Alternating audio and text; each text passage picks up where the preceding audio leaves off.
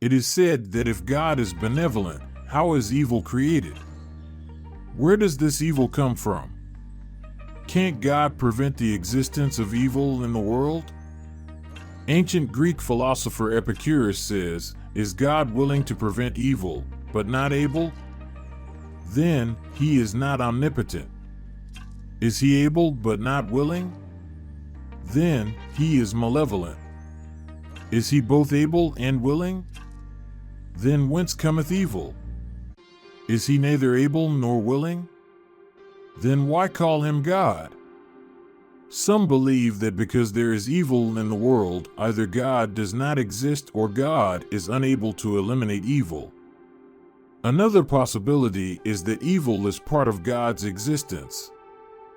However, philosophy, mysticism, and religion have provided interesting answers to this question. How did evil come into existence? From where did it originate? As Zoroastrianism suggests, is it that good and evil exist as opposing poles? Do good and evil have an external existence, or is it merely our human interpretation? In this video, we try to answer all these questions appropriately. So, stay with us. In the Hidden Secret channel, we look deep into everything. We bring out questions that most of us ask ourselves in our lonely times, and maybe we don't have answers. We started a journey here to find answers to our questions. If you also want to join us on this informative journey, please subscribe to Hidden Secrets channel and press the bell icon.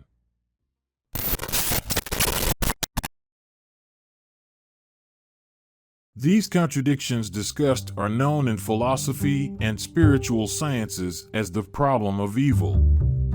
The problem of evil invites us to various intellectual challenges.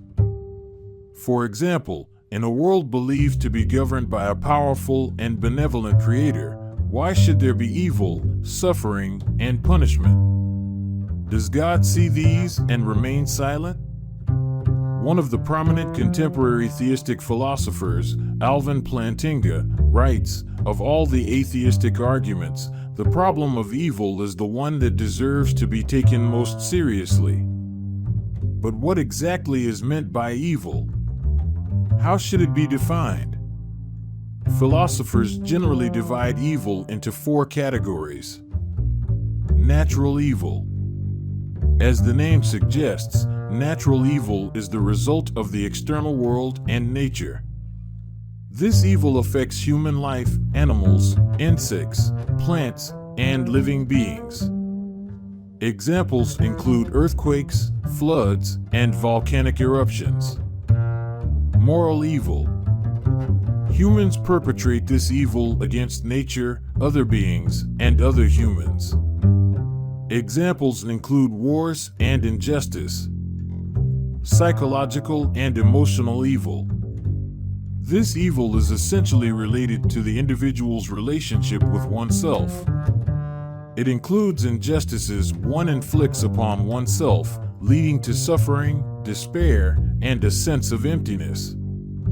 Supernatural, existentialist, evil. This type of evil is related to the existence of humans and their perception of their relationship with the world. It is said that when humans become aware of their mortality in the face of the infinite, they realize their existence in this world is constantly threatened. As a result, they may lose the courage to take responsibility for life and destiny, leading to suffering. This specific type of evil falls into the category of existentialism.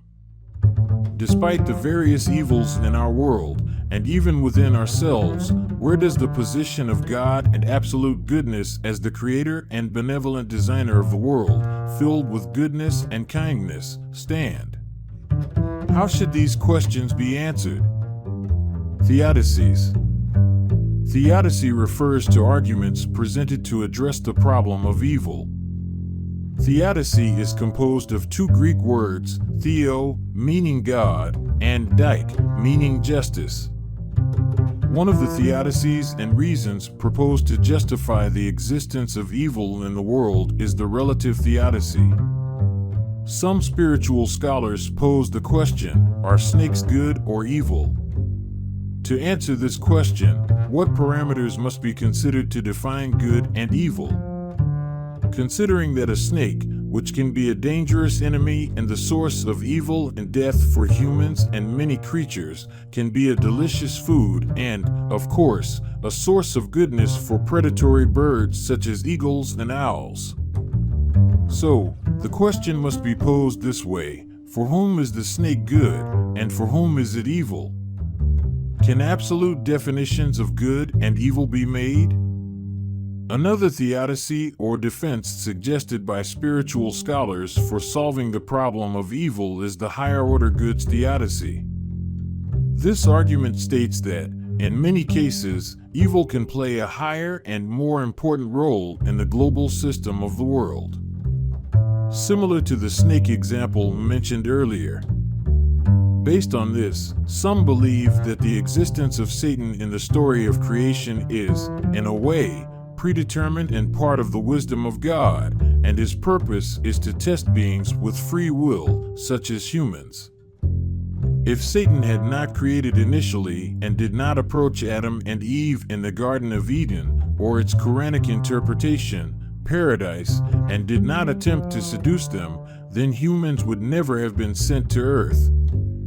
Our decisions and actions would not have established the distinction between good and bad. This scenario, in which Satan is like us, one of the characters in the magnificent drama of God, is entirely based on divine wisdom and precise calculations. So, what does the existence of evil mean? According to what has been said, the existence of evil may only have meaning on a small, human scale, and on a larger scale, we see that good and evil are like the constituent colors of a rainbow, only parts of a larger pattern. A pattern that God has given to this world and is entirely the absolute beauty and love. These trials aim to increase awareness and empower the soul of humans and all beings in this real game. In this video, we became familiar with a very ancient and important topic in spiritual sciences and philosophy called the problem of evil. We examined it from various perspectives and saw that evil, on a larger scale, is perhaps synonymous with good and is the only unity in this equation.